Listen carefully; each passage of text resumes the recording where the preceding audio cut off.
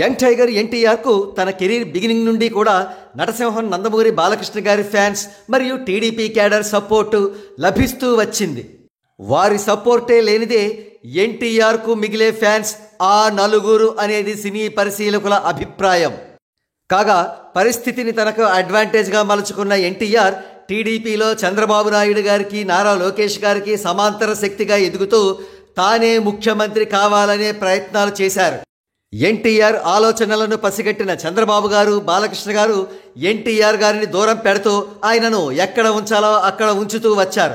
ఈ నేపథ్యంలో బాలకృష్ణ కుమారుడు నందమూరి మోక్షజ్ఞ హీరోగా సినీ రంగ ప్రవేశం చేస్తున్నాడు.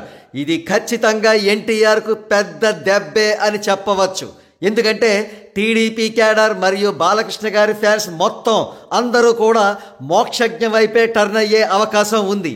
ఎన్టీఆర్ను వారెవరూ కూడా పట్టించుకునే పరిస్థితులు ముందు ఇక ఉండవు. ఒకవేళ ఎన్టీఆర్ రాజకీయ ఆలోచనలు చేస్తే ఖచ్చితంగా మోక్షజ్ఞ తన తండ్రి వైపు, చంద్రబాబు గారి వైపే ఉంటాడనేది నిర్వివాదాంశం. అందుకే ఎన్టీఆర్ గారికి ప్రస్తుతం కక్కాలేక మింగాలేక ఉండేటువంటి అగమ్యగోచరమైన పరిస్థితి ఏర్పడింది.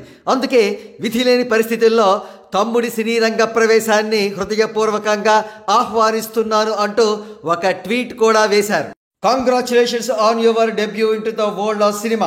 May all the divine forces along with Tatagaru shower blessings upon you as you begin a new chapter in your life.